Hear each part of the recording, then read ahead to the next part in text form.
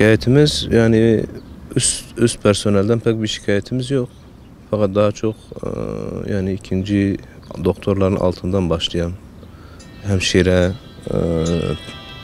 temizlik elemanlarıyla ilgili sıkıntılar var.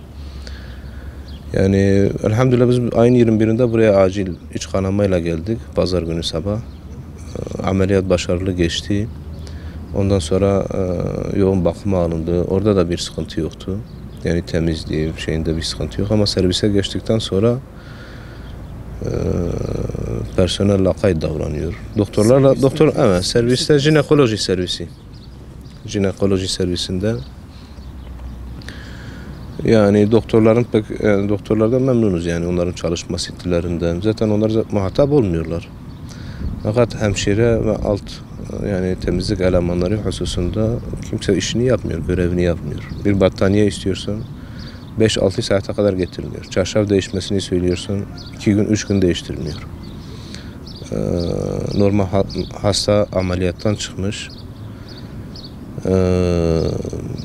Yani affedersiniz lavabo ihtiyacını normal ancak alafranga olursa, klozet olursa giderebilir.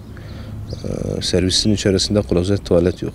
Alafranga tuvalet yok. Sadece özel odalarda var. O da işte diğer özel odada yatan hastadan rica edin. Kabul ederse onlar da kabul etmiyor. Daha başka servise dönecekler hastalar. Orası da kirli.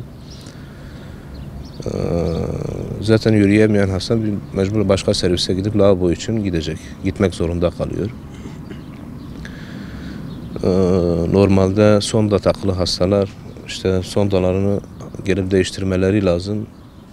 Sondayı değiştirmiyorlar. İşte gidin alttan boşaltın, kendiniz boşaltın. Takılan serumu işte kapatın, biz gelip sökeceğiz. Bazen akşama kadar kalıyor. Ondan sonra gelip alıyorlar.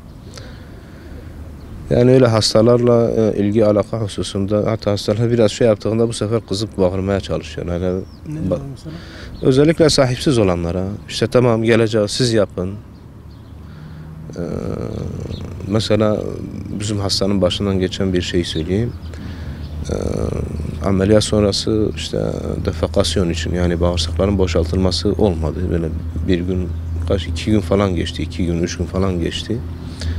En son lavman yapılması lazım. Bunu hasta yakınına yaptırtmaya çalışıyor. Refakatçiye yaptırtmaya çalışıyor hemşire. Kabul etmeyince de hemşire kendini sinirlendiriyor. Bu hastane yönetimi bunlara personeli bu hususta bilgilendirmeli, hatta denetlemeli. Yani bunlar da çok zor şeyler değil. Çok zor şeyler değil. Yani her hasta taburcu edildiği zaman ona mesela bir form hazırlansa, yattığı esnadaki personelle ilgili, personelin tutumuyla ilgili bir anket yaptırılsa, onlara karşı kötü davrananların isimlerini tespit edebilmek için de personellerin yaka kimlik kartı takmaları söylense, yani bu tür sorunlar ortadan kalkar. Yani gerekli muameleyi yapmayanları da gerekli cezai işlemi gördükleri zaman artık bu sorun ortadan kalkar yani. Bu şekilde yapsalar bu iş yürür yani.